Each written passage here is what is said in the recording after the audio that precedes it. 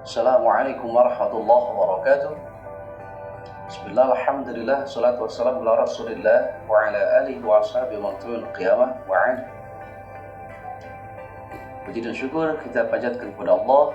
Rahmat dan salam semoga limpahkan kepada Nabi Muhammad sallallahu alaihi wasallam, keluarga sahabat, kepada umat termasuk kita semua.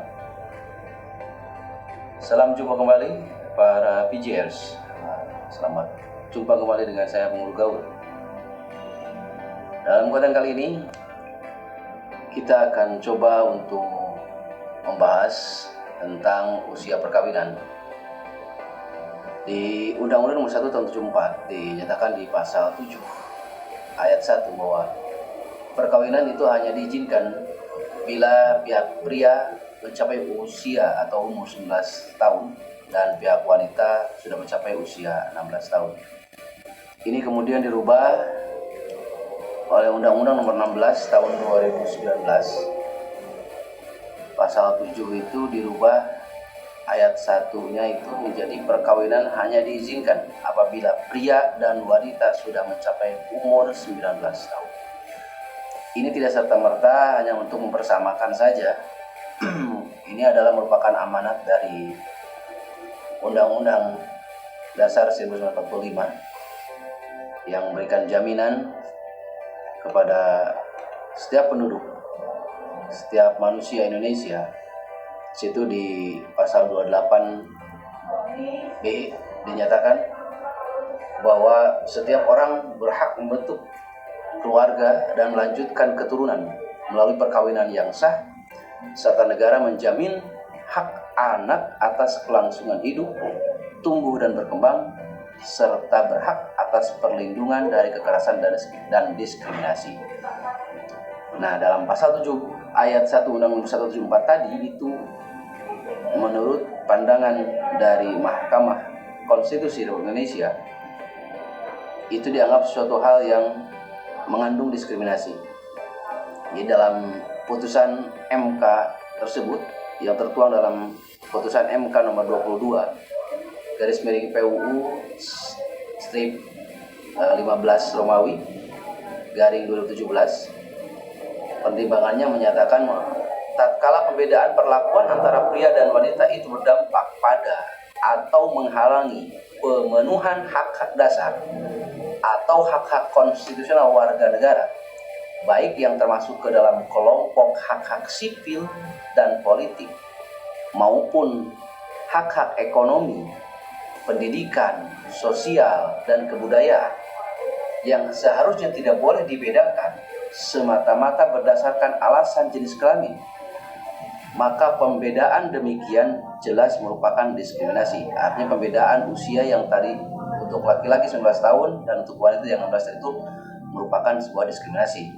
Oleh karena itu kemudian Mahkamah Konstitusi tersebut kemudian memberikan usulan kepada pembentuk undang-undang yakni DPR dan pemerintah presiden untuk kemudian segera merubah Undang-Undang Nomor 1 Tahun 74, sehingga kemudian muncullah Undang-Undang Nomor 16 Tahun 2019. Jadi ini adalah untuk memberikan hak yang sama terhadap pria dan wanita, karena dalam pertimbangannya ketika usia minimal perkawinan bagi wanita itu lebih rendah dibandingkan pria, maka secara hukum wanita dapat lebih cepat untuk membentuk keluarga. Oleh hal tersebut akan menjadikan hak-hak kaum wanita sebagai anak berdasarkan undang-undang yang lain tentang undang-undang kependudukan, bahwa yang disebut anak itu adalah orang yang berusia di bawah 18 tahun. Jadi yang di bawah 18 tahun itu masih termasuk kategori anak. Ketika Undang-Undang Nomor 174 menyatakan pernikahan wanita usianya boleh di 16 tahun, maka berarti masih anak-anak dia sudah diperbolehkan untuk menikah. Oleh karena itu untuk menjangkau semua undang-undang tersebut, untuk menyatukan semua undang-undang tersebut, muncullah Undang-Undang Nomor 16 Tahun 2019.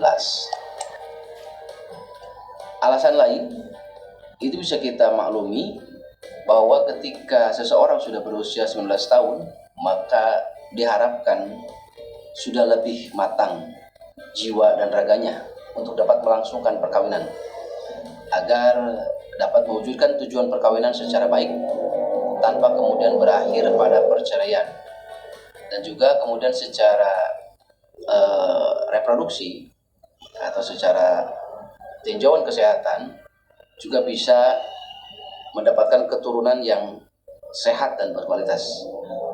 Bahkan kalau kemudian kita melihat dari tinjauan kesehatan bahwa seseorang wanita